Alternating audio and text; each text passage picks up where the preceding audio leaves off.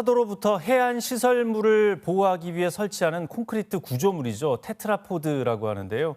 이곳에서 사고를 당하는 일이 빈번하게 여전히 발생하고 있습니다. 강원특별자치도 소방본부의 황서현 소방장과 함께 테트라포드 안전사고에 대해서 자세히 알아보겠습니다. 어서 오세요. 안녕하십니까? 네. 자, 해안가 방파제에서 테트라포드는 쉽게 볼 수 있고 많은 분들이 그 위험성이나 이런 것들에 대해서 잘 알고 계신데 그런데도 사고가 좀 계속 발생하고 있네요. 네, 이 사고의 원인이 확인된 건수만 지난해 44건, 2명이 사망을 했고요. 올해는 지난달까지 24건이 발생을 해서 3명이 사망을 했습니다. 사고 원인을 알 수 없이 인양된 이 사망자까지 합하면 매해 5건 이상의 사망사고가 발생을 하고 있는데요. 이 사고 건수 대비 사망률이 상당히 높습니다. 근데 뿐만 아니고 구조된 분들도 대부분 깊은 전신에 깊은 찰과상이나 열상, 찢어지는 상처, 그리고 골절 등의 중상을 입는 게 이 테트라포드 사고의 특징입니다. 예, 예전에 낚시하시는 분들이 거기 많이 가셨는데 요즘은 좀 덜한 것 같은데 어떤 사고들이 요즘 많이 발생하고 있습니까?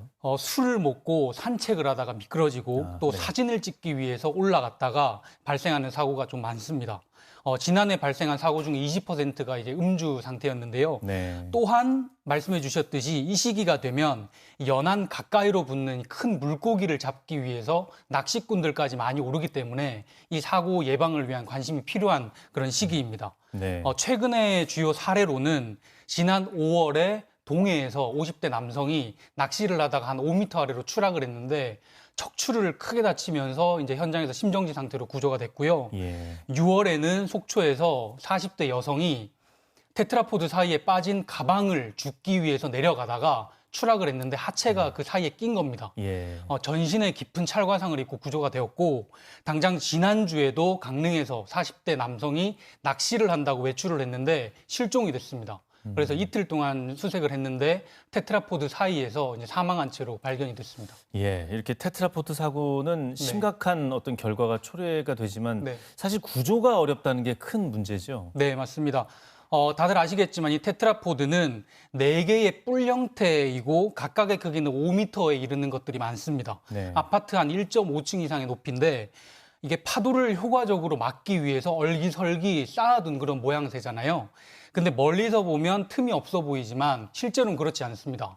이 사람 하나쯤 빠질 수 있는 틈은 정말 무수히 많습니다. 모든 곳이 그런데 게다가 모든 곳은 경사가 져 있고 또 둥글기 때문에 중심을 잡고 서 있기도 상당히 어렵습니다. 또 물이 닿는 곳은 날카로운 따개비 그리고 홍합류들이 붙어 있고 미끄러운 이끼가 붙어 있는 곳들도 상당히 많습니다. 그러니까 천지가 위험투성이라는 그런 말인데 여기에다가 추락하면서 이제 여기저기 부딪히면서 정신을 잃고 또 휴대전화를 잃어버리면서 신고를 못하는 경우가 있습니다. 이뿐만 아니고요. 또 파도 소리 때문에 도와달라라는 소리조차도 빠져나가질 않아서 골든타임을 좀 놓치는 경우도 있습니다.